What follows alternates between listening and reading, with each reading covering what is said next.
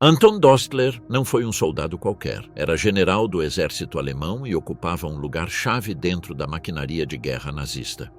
Durante a ocupação, suas ordens custaram a vida a prisioneiros que nunca tiveram opção de se defender. Ao cair o Reich, seu nome ficou marcado como responsável direto por execuções que não podiam passar despercebidas. Sua captura expôs a realidade dos comandos que haviam ditado ordens mortais. Em vez de anonimato, enfrentou um destino rápido e definitivo. Não houve indulgência, não houve delongas. Seu fim chegou como advertência do que esperava a outros oficiais do Reich que haviam agido com a mesma brutalidade. Por que Dostler foi escolhido como exemplo nos primeiros meses do pós-guerra? Que impacto teve sua morte entre os comandantes alemães ainda em liberdade? Como se tornou um símbolo precoce da punição ao nazismo derrotado? Forjado em duas guerras, a ascensão implacável de um soldado bávaro. Anton Dostler nasceu na primavera de 1891 em Munique, a capital bávara dentro do Império Alemão governado pelo Kaiser Guilherme II. Sua família fazia parte da classe média abastada em uma sociedade onde o prestígio militar tinha um peso considerável. Baviera mantinha regimentos com identidade própria e a carreira das armas representava para muitos jovens um caminho seguro de ascensão social e estabilidade profissional. Em 1910, com 19 anos, Dostler ingressou como cadete no 6º Regimento de Infantaria Bávaro. A instrução seguia o modelo prussiano, com ênfase na disciplina, na honra do uniforme e na obediência rigorosa à hierarquia. Durante aqueles anos, a Alemanha vivia um período de relativa calma, embora a competição entre potências europeias se intensificasse. A eclosão da Grande Guerra no verão de 1914 transformou sua vida. Com o posto de tenente, foi enviado para a frente ocidental junto com sua unidade. A guerra de movimento inicial na Bélgica e no norte da França logo estagnou no sistema de trincheiras. Dostler, com apenas 23 anos, ficou imerso em um conflito de desgaste onde a artilharia e a infantaria dominavam a cena. Durante 4 anos permaneceu na frente ocidental. Sua experiência foi marcada pela rotina de trincheiras, ofensivas limitadas e a constante necessidade de repor baixas em todos os níveis de comando. Em janeiro de 1916, foi promovido a primeiro-tenente e em outubro de 1918, semanas antes do armistício, recebeu o posto de capitão. Seu registro de serviço incluía a Cruz de Ferro de primeira classe e a Ordem Militar de Mérito da Baviera, condecorações que refletiam o reconhecimento habitual a oficiais competentes em condições de combate sustentado. A derrota alemã de novembro de 1918 significou o colapso do Império e o nascimento da República de Weimar. O Tratado de Versalhes limitou o exército a 100 mil homens e proibiu o serviço militar obrigatório. Esta redução obrigou a dispensar a maioria dos oficiais e soldados veteranos. Dostler conseguiu manter seu posto no novo Reichswehr, o que mostrava tanto a necessidade de manter quadros com experiência quanto sua valorização pessoal dentro da instituição. O Reichswehr do pós-guerra tornou-se um corpo profissional altamente disciplinado. Seus oficiais cultivavam a tradição militar prussiana e mantinham uma distância crítica da política civil, que consideravam responsável pela derrota. Em 1924, Dostler foi designado para o Departamento de Inteligência Militar do Ministério do Reichswehr em Berlim, afastando-se das funções puramente de guarnição e orientando-se para tarefas de caráter estratégico. Nesses anos também cursou estudos universitários, uma prática comum entre oficiais que buscavam reforçar sua formação em um contexto de restrições militares. Para 1932, havia alcançado o posto de major. A ascensão do Partido Nacional Socialista em 1933 modificou radicalmente o cenário. No início, muitos oficiais olhavam com desconfiança para Hitler, mas concordavam com seu propósito de pôr fim às limitações de Versalhes e recuperar o poderio militar. A principal fonte de tensão ocorreu com a Sturmabteilung, dirigida por Ernst Röhm, que pretendia substituir o exército regular por uma milícia do partido. A eliminação de Röhm, na chamada Noite das Facas Longas, em 1934, assegurou ao exército sua posição como instituição reconhecida pelo regime. Nesse mesmo ano, foi introduzido o novo juramento de fidelidade não mais à Constituição, mas diretamente a Hitler. A obediência transformou-se em um vínculo pessoal com o Führer, sem a necessidade de adesão ideológica explícita. Oficiais como Dostler ficaram vinculados por um compromisso legal que subordinava toda decisão à vontade política do líder. O rearmamento acelerado de meados da década abriu novas oportunidades de carreira. Em 1935, restabeleceu-se o serviço militar obrigatório e as divisões multiplicaram-se. Para oficiais veteranos, significava a possibilidade de promoções rápidas em uma estrutura em expansão. O exército mantinha sua tradição de disciplina, mas impregnava-se progressivamente de elementos propagandísticos do regime. A nova geração de oficiais, já formada sob o nacionalsocialismo, adotava com mais naturalidade os valores ideológicos, enquanto os veteranos limitavam-se a cumprir com a obediência exigida. Em 1938, Hitler assumiu o comando supremo das Forças Armadas, reforçando o controle político sobre a instituição. A eliminação de opositores, como o ex-chanceler Kurt von Schleicher, confirmou a vontade do regime de não tolerar dissidências internas. Para Dostler e outros oficiais, aquilo deixava claro que a estrutura militar ficava completamente subordinada ao poder do Führer. Sua carreira exemplificava a trajetória de uma geração que havia iniciado o serviço no Império, sobrevivido à redução imposta por Versalhes e se beneficiou da expansão impulsionada pelo regime nazista. O juramento de 1934 e o rearmamento posterior consolidaram a posição de oficiais de carreira como ele. Quando, em setembro de 1939, a Alemanha invadiu a Polônia, Dostler somava quase 30 anos de serviço. A Wehrmacht havia se tornado a principal ferramenta do regime, com um corpo de oficiais que unia a experiência da Grande Guerra, a disciplina do Reichswehr e a lealdade obrigatória a Hitler. Aquela combinação marcaria o desempenho dos comandos alemães nas frentes da Europa, desde as planícies polacas até os cenários do Mediterrâneo, onde Anton Dostler voltaria a ocupar um papel relevante no desenvolvimento do conflito. A Guerra Total, do Inferno Russo às Montanhas Italianas. Em setembro de 1939, com a invasão alemã da Polônia, começou um conflito que em breve se espalharia por todo o continente. Anton Dostler, com quase 3 décadas de serviço no exército, integrava o grupo de oficiais veteranos que tinham sobrevivido às limitações do pós-guerra e agora ocupavam posições de maior responsabilidade na Wehrmacht. A expansão militar dos anos anteriores o havia levado a funções cada vez mais amplas e a guerra acelerou de maneira definitiva sua ascensão. Na primavera de 1940, foi nomeado chefe do Estado-Maior do 7º Exército, sob as ordens do general Friedrich Dollmann. Inicialmente, essa formação tinha a tarefa de vigiar a fronteira com a França na região do Sarre e Alsácia. Pouco depois, juntou-se à ofensiva lançada em maio desse mesmo ano contra as forças aliadas. A campanha da França foi caracterizada pela velocidade das divisões blindadas e pela cobertura constante da aviação, uma combinação que superou rapidamente as defesas francesas e britânicas. O papel de Dostler como chefe do Estado-Maior centrava-se na organização, na coordenação logística e na transmissão de ordens, tarefas essenciais para manter a coesão de uma força em movimento. O 7º Exército participou na ofensiva ao longo do Reno e em operações posteriores até a rendição francesa em junho de 1940. Para oficiais como Dostler, aquela vitória confirmou a recuperação da capacidade operacional alemã após 2 décadas de limitações. A rapidez da campanha foi vista como uma demonstração de que a Wehrmacht podia se impor às principais potências da Europa Ocidental. Após a capitulação, o 7º Exército permaneceu destacado na costa atlântica com funções defensivas. Em 1941, Dostler recebeu o comando da 5ª Divisão de Infantaria. Seu destino foi a Frente Oriental, dentro do Grupo de Exército Sul, sob o Marechal Gerd von Rundstedt. No dia 22 de junho daquele ano começou a Operação Barbarossa, com mais de 3 milhões de soldados alemães cruzando a fronteira soviética. A divisão de Dostler participou no avanço para a Ucrânia e nas operações que culminaram com a captura de Kiev.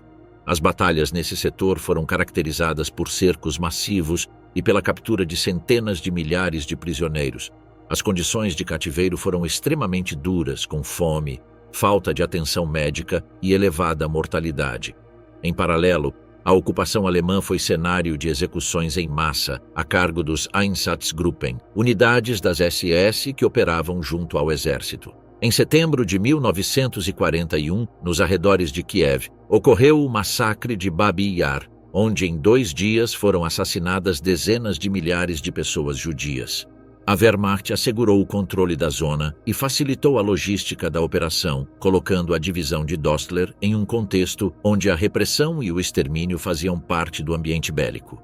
Em 1942, Dostler foi transferido para o comando da 163ª Divisão de Infantaria. Seu novo destino foi a Finlândia, onde os alemães combatiam ao lado das forças locais na frente ártica. A divisão foi deslocada para a região da Carélia e em áreas próximas ao Círculo Polar, um ambiente marcado por invernos prolongados e temperaturas extremas.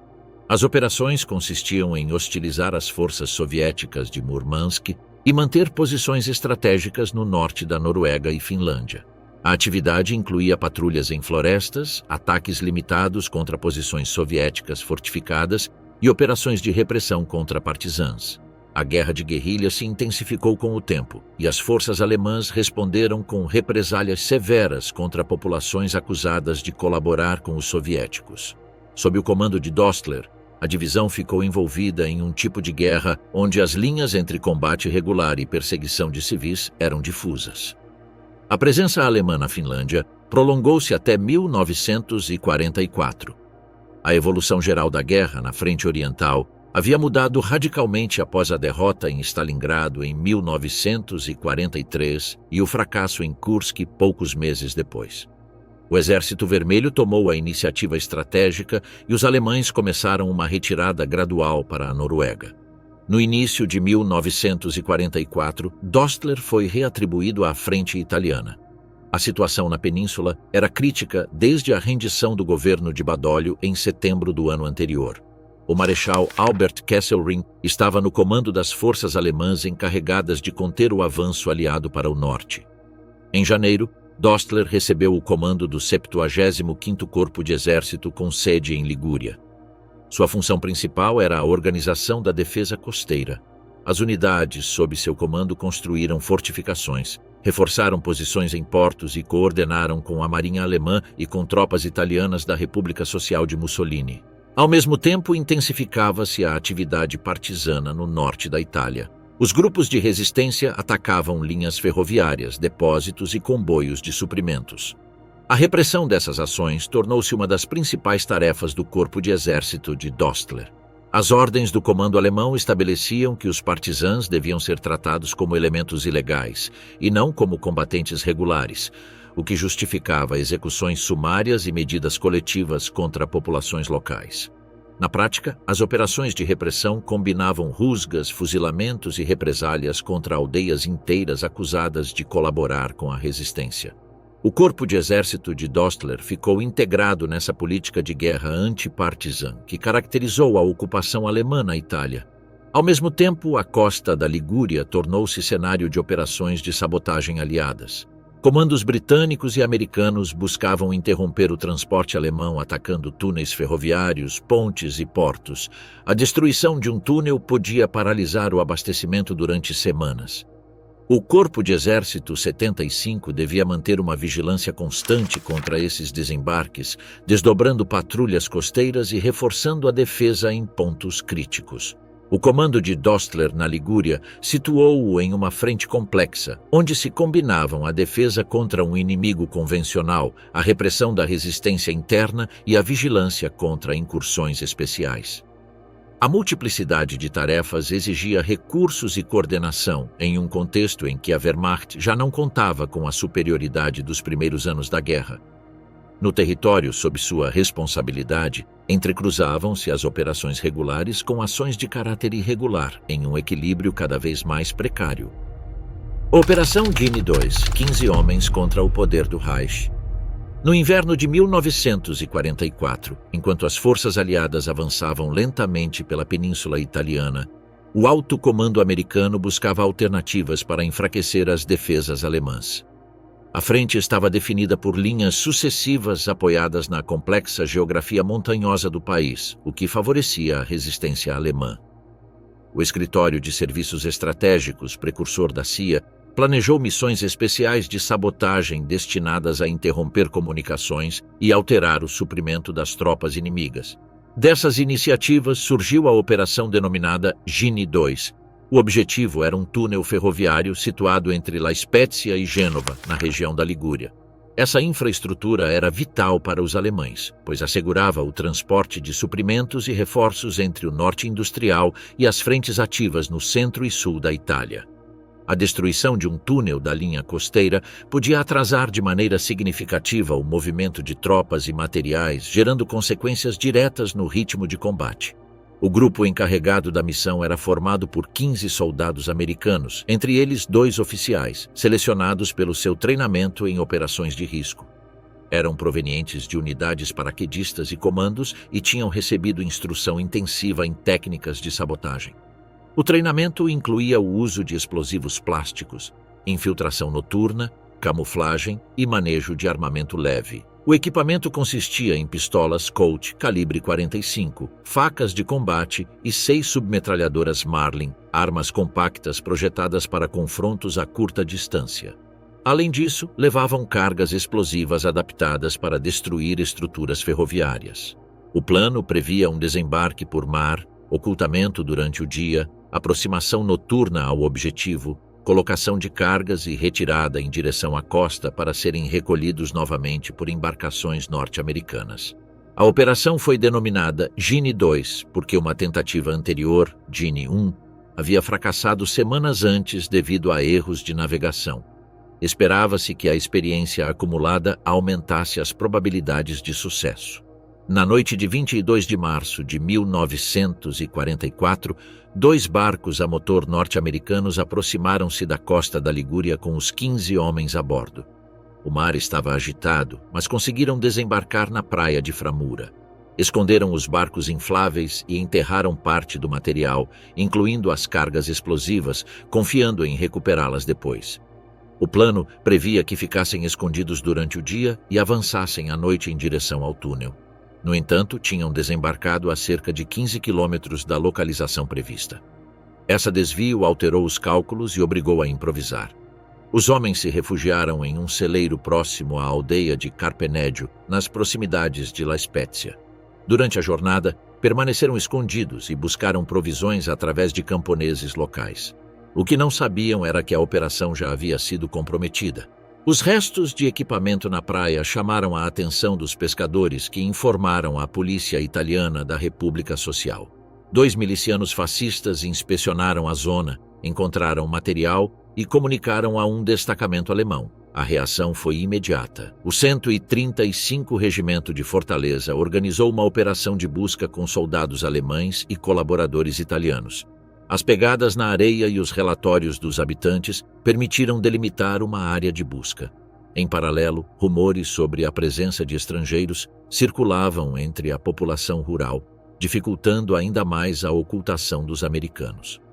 Na madrugada do dia 24 de março, um contingente alemão cercou o celeiro. Os 15 soldados foram capturados sem resistência. A surpresa foi total e a desvantagem numérica tornava impossível qualquer tentativa de fuga. Após a detenção, foram transferidos para La Spezia para interrogatórios no quartel local. Os registros alemães posteriores consignaram que todos os prisioneiros vestiam o uniforme militar regulamentar dos Estados Unidos e portavam suas chapas de identificação. 3 deles usavam botas de paraquedista, os demais calçado padrão, e todos utilizavam gorros de lã. Haviam girado suas jaquetas para ocultar insígnias, mas a condição de combatentes regulares era evidente. Os interrogatórios foram breves. A maioria dos capturados recusou-se a responder, mas um dos oficiais teria admitido que a missão visava destruir um túnel ferroviário. Essa confissão foi decisiva para a classificação do grupo como sabotadores, apesar de estarem com uniforme. O relatório com os resultados foi transmitido imediatamente para o 75º Corpo de Exército, sob o comando do general Anton Dostler. A situação foi interpretada à luz de uma ordem emitida por Hitler em outubro de 1942. O Kommandobefehl, que exigia a execução imediata de comandos capturados atrás das linhas, independentemente de estarem uniformizados ou possuírem identificação militar. Em teoria, a Convenção de Genebra protegia soldados regulares, mas a ordem do Führer prevalecia na hierarquia alemã. Em alguns casos, oficiais haviam optado por adiar a aplicação dessa ordem ou tinham interpretado de forma mais flexível as disposições, conscientes das possíveis consequências futuras. No entanto, na Ligúria, o caso foi elevado rapidamente na cadeia de comando. O coronel Almers, chefe do regimento responsável pela captura, evitou tomar uma decisão imediata e encaminhou o assunto a superiores, o que colocou a responsabilidade no nível de corpo de exército. Em apenas 48 horas, a Operação Gini 2 havia fracassado. Nenhuma carga explosiva havia atingido o seu alvo e o túnel ferroviário continuava operacional. No entanto, a captura dos 15 homens levou a uma decisão que ia além do estritamente militar. A aplicação ou não da Kommandobefehl estava agora nas mãos do general Anton Dostler, e dessa determinação surgiria um precedente que marcaria as consequências jurídicas da guerra nos meses finais do conflito. O dilema de Dostler, a ordem de Hitler frente ao direito internacional. Em outubro de 1942, Adolf Hitler emitiu uma diretiva que passaria para a história como a Kommandobefehl, ou Ordem dos Comandos. O documento, distribuído a todos os ramos da Wehrmacht e das Waffen-SS, estabelecia de forma inequívoca que todo soldado inimigo capturado em missões de comando ou sabotagem devia ser executado de imediato. A disposição se aplicava sem importar se os capturados vestiam uniforme militar, nem se rendiam de maneira regular. A ordem abrangia inclusive aqueles que portavam documentação oficial como combatentes de um exército reconhecido. O contexto desta medida estava ligado ao incremento de operações especiais aliadas na Europa e no norte da África. Essas incursões haviam demonstrado uma eficácia notável na destruição de instalações estratégicas, na interrupção de comunicações e no assédio a guarnições alemãs em zonas costeiras. Hitler considerava que esses comandos não podiam ser recebidos sob o Estatuto de Prisioneiros de Guerra e os qualificava de bandidos. A diretiva contradizia diretamente o estipulado na Convenção de Genebra de 1929, assinada pela Alemanha, que garantia proteção a combatentes uniformizados após a captura. A aplicação do Kommandobefehl representou um dilema imediato para muitos oficiais alemães. Alguns cumpriram-no com rigor, conscientes de que desobedecer ao Führer poderia acarretar sanções graves e até mesmo a destituição. Outros, no entanto, buscaram formas de atenuá-lo. Em certos casos, enviaram os prisioneiros para campos de concentração ou os entregaram às SS, evitando assim ordenar execuções diretas de soldados uniformizados. O marechal de campo Gerd von Rundstedt, comandante na frente ocidental, tentou suavizar a implementação da ordem. Algo semelhante ocorreu na Noruega, onde os comandantes preferiam registrar os comandos britânicos como prisioneiros regulares apesar da diretiva. No entanto, em várias regiões, foi aplicado com severidade, especialmente após operações de sabotagem na França em 1942 e 1943. A situação italiana em 1944 inscrevia-se neste contexto. No dia 24 de março, apenas horas após a captura dos 15 soldados americanos da missão Gini 2, o relatório correspondente chegou à sede do 75º Corpo de Exército na Ligúria. Os documentos indicavam que os prisioneiros tinham desembarcado na costa, portavam armas ligeiras e explosivos, e que um deles tinha admitido sob interrogatório que o objetivo era destruir um túnel ferroviário entre La Spezia e Gênova.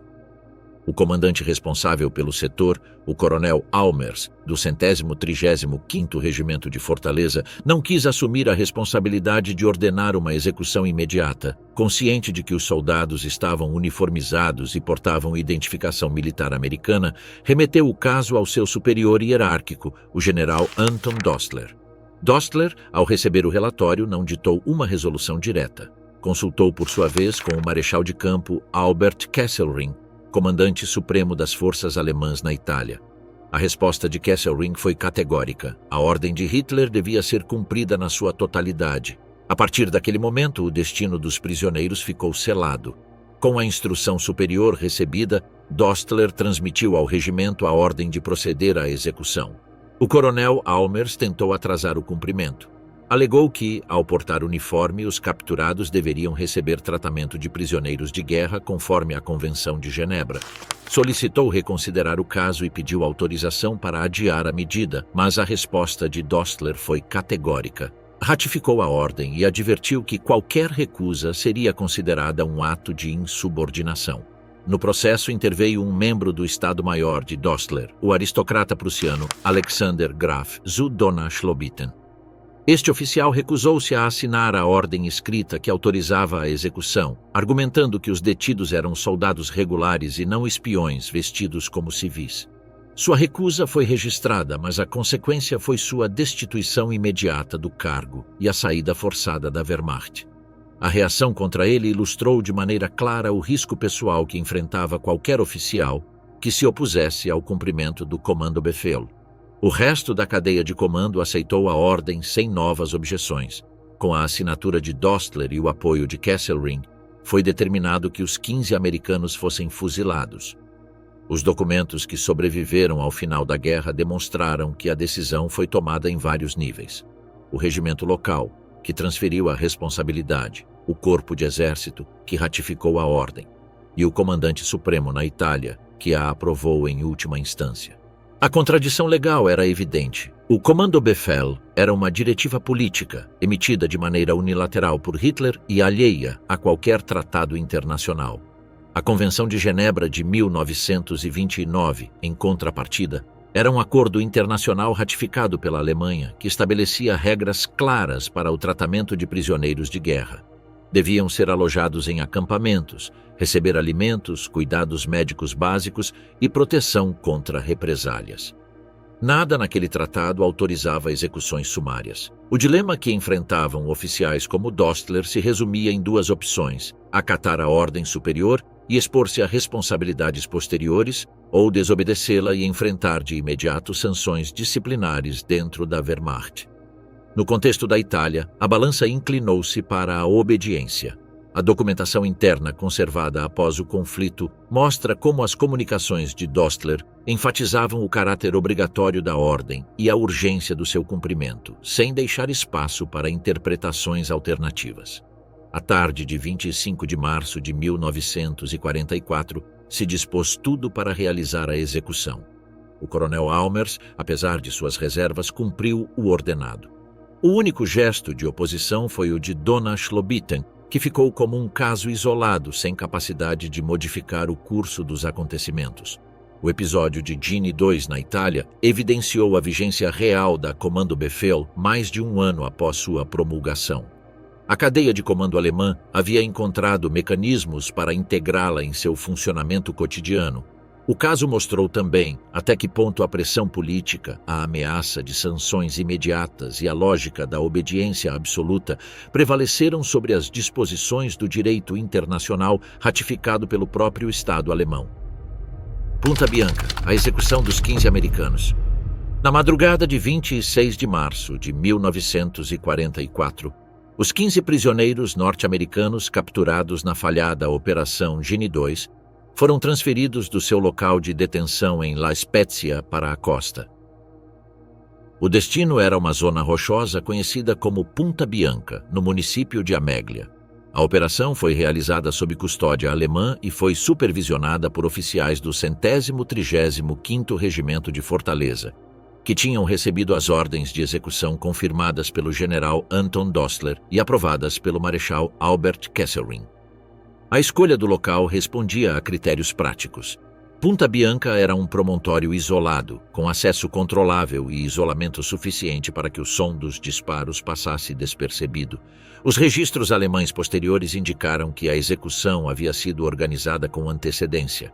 Foi preparada uma vala comum para o enterro imediato dos corpos, evitando deixar vestígios visíveis. Ao chegar ao local, os prisioneiros foram divididos em 3 grupos de 5 homens. Testemunhos alemães posteriores confirmaram que vestiam uniformes de campanha regulamentares do Exército dos Estados Unidos e portavam suas chapas de identificação metálicas. Nenhum foi despojado de seus efeitos pessoais básicos, o que sublinhava que se tratava de combatentes regulares. O pelotão de execução era composto por soldados alemães armados com metralhadoras leves. A escolha deste armamento assegurava que a operação fosse realizada com rapidez e sem margem para sobreviventes. Os prisioneiros foram alinhados em frente ao mar, amarrados e colocados de costas para o penhasco. A documentação alemã não registrou a presença de um médico nem de um capelão, o que evidenciava o caráter sumário da medida. A ordem de fogo foi executada em 3 sequências sucessivas. Os primeiros 5 prisioneiros caíram sob as rajadas de metralhadora. Imediatamente o procedimento foi repetido com os grupos seguintes, até completar a execução dos 15 homens em poucos minutos. Os corpos foram arrastados e depositados na vala comum preparada previamente.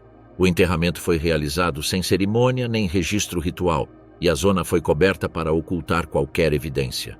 O coronel Almers, responsável pelo regimento que havia efetuado a captura, tinha tentado adiar a medida dias antes, alegando a condição de soldados uniformizados dos prisioneiros.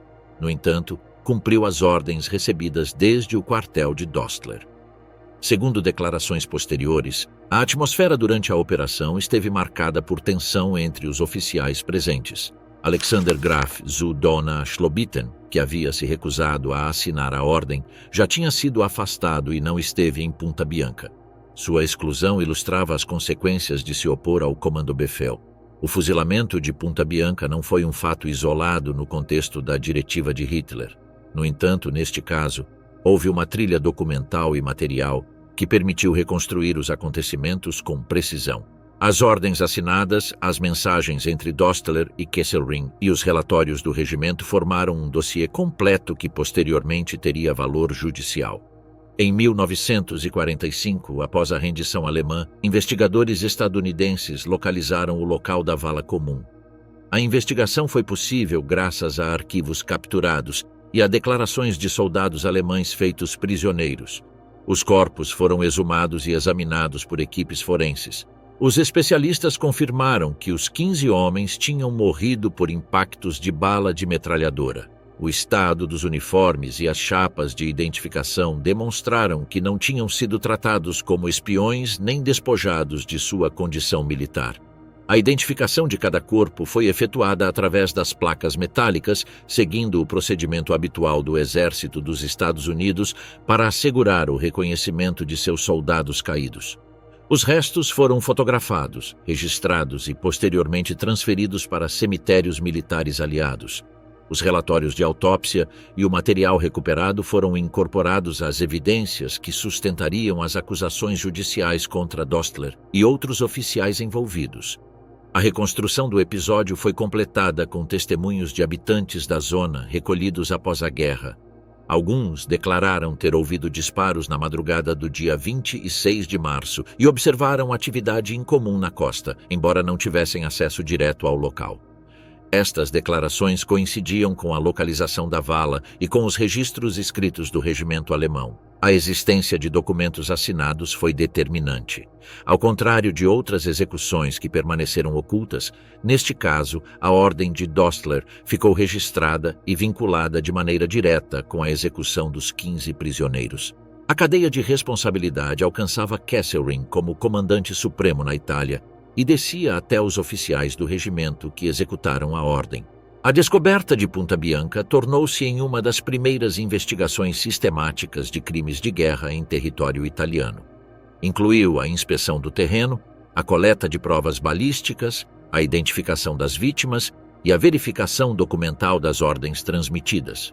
O conjunto de provas resultou coerente e permitiu estabelecer os fatos de forma conclusiva. O episódio deixou em evidência a aplicação prática da Kommandobefehl em uma frente específica e demonstrou que a Wehrmacht havia assumido como parte de seu funcionamento regular uma diretiva contrária ao direito internacional. Os relatórios oficiais alemães descreveram o fuzilamento como a neutralização de sabotadores inimigos, mas a evidência física demonstrou que os 15 homens eram soldados uniformizados de um exército regular. A fossa de Punta Bianca, seu conteúdo e a documentação encontrada tornaram-se peças centrais de um processo que já não se limitava a um fato militar concreto, mas se transformaria em um caso paradigmático dentro dos julgamentos do pós-guerra. O julgamento de Caserta, a primeira condenação à nova ordem internacional. Após a capitulação alemã na Itália em maio de 1945, as forças aliadas iniciaram um processo sistemático de identificação e prisão de oficiais acusados de terem cometido atos que poderiam ser considerados crimes de guerra. Entre eles estava o general Anton Dostler, então no comando do 73 Corpo de Exército no norte do país. Foi capturado por tropas americanas sem incidentes e transferido para um campo de prisioneiros, onde ficou à disposição das autoridades militares aliadas enquanto se avaliava sua responsabilidade. A localização da vala de Punta Bianca e a recuperação da documentação alemã vinculada com a execução dos 15 soldados norte-americanos da Operação Guinea II colocaram imediatamente Dostler no centro de uma acusação concreta. Ao contrário de outros casos em que as provas eram incompletas, aqui existiam ordens escritas com a sua assinatura, comunicações com o seu superior hierárquico e testemunhos de oficiais que tinham estado presentes nos fatos. Com essa base, as autoridades norte-americanas decidiram organizar um tribunal militar específico. O local escolhido foi o Palácio Real de Caserta, ao norte de Nápoles, que durante a guerra havia servido como quartel-general do Comando Aliado no Mediterrâneo. Ali foi instalada a primeira comissão militar dos Estados Unidos para crimes de guerra na Europa. O tribunal foi constituído com oficiais norte-americanos que assumiram os papéis de juízes, procuradores e defensores, aplicando uma combinação de normas de direito militar e procedimentos inspirados em tribunais ordinários. Os preparativos incluíram a coleta dos documentos capturados ao exército alemão. Entre eles estavam as ordens transmitidas por Dostler ao coronel Almers, os relatórios do 135º Regimento de Fortaleza e a correspondência que confirmava a cadeia de comando desde Kesselring. A estas provas foram adicionados os relatórios de exumação realizados em Punta Bianca, com a identificação dos soldados norte-americanos através de suas chapas metálicas, bem como os resultados forenses que confirmavam a morte por rajadas de metralhadora. Também foram incorporados testemunhos de oficiais alemães envolvidos na captura e execução dos prisioneiros. O julgamento começou em 8 de outubro de 1945.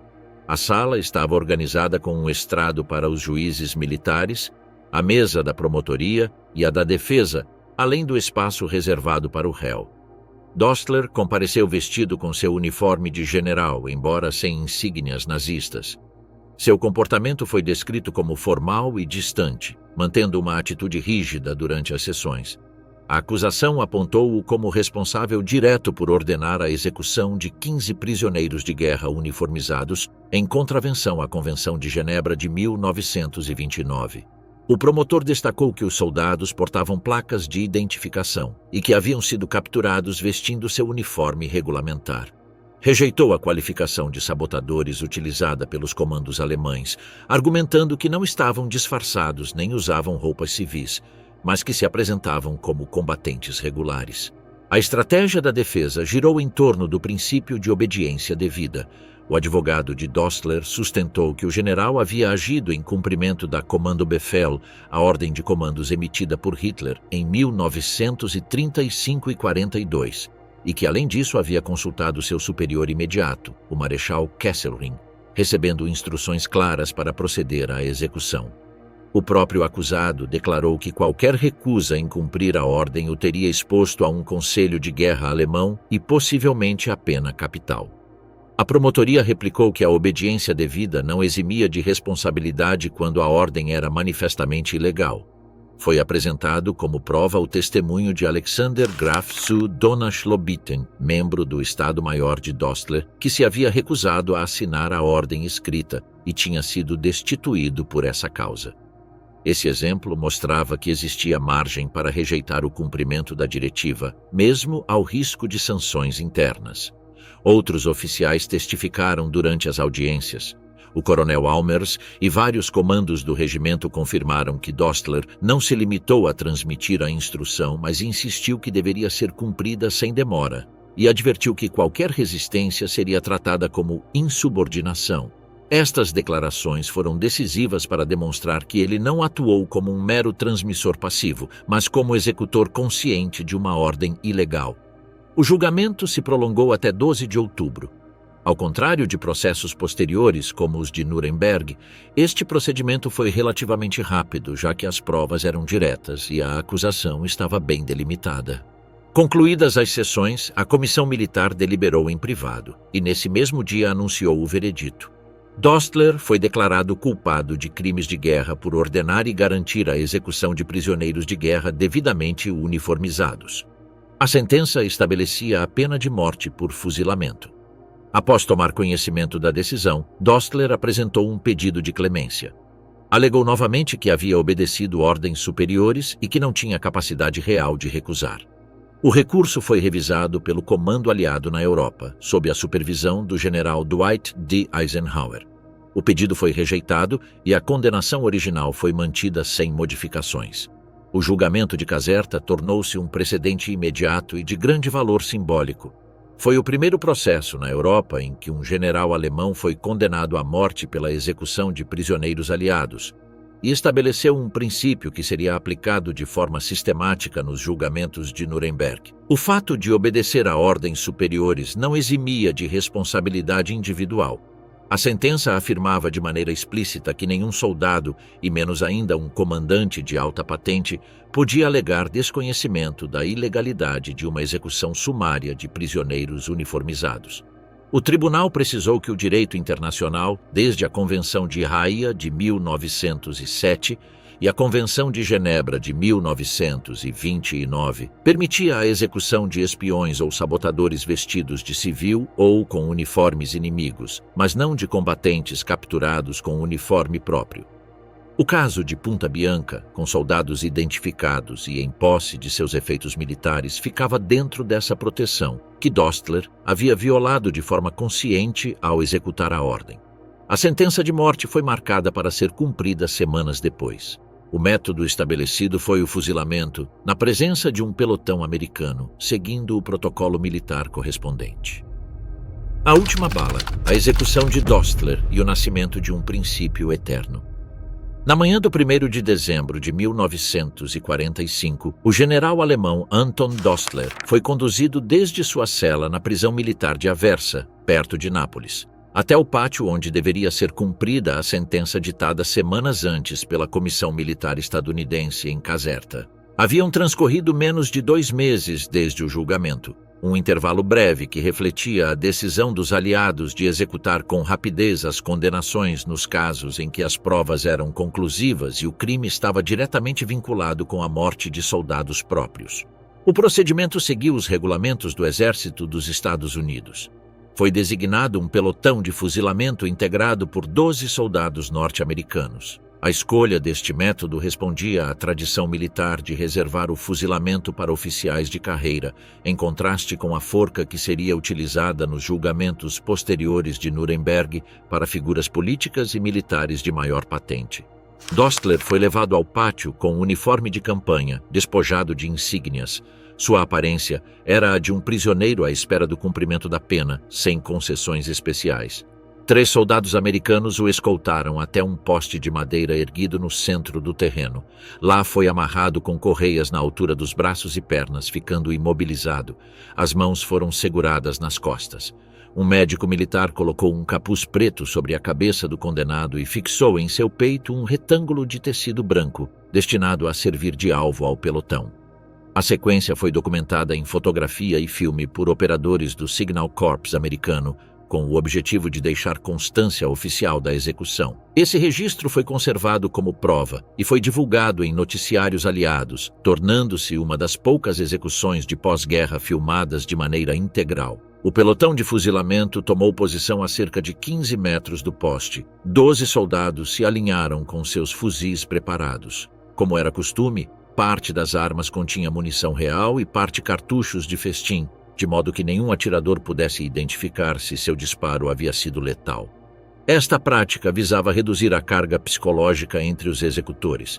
À ordem do oficial no comando, os soldados carregaram, apontaram e dispararam simultaneamente.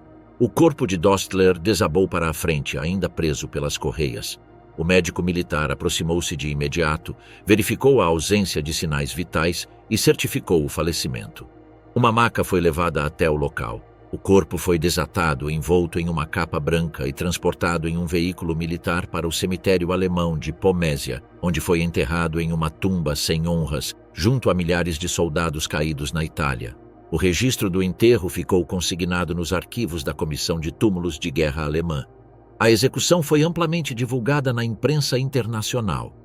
As imagens filmadas e fotografadas circularam nos Estados Unidos e na Grã-Bretanha como evidência de que os responsáveis por violações do direito de guerra podiam ser julgados e punidos, mesmo quando se tratava de generais de alto escalão.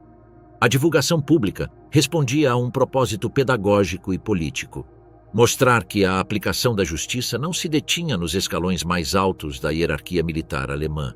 No plano jurídico, a sentença de Caserta e a execução de Aversa tiveram consequências imediatas.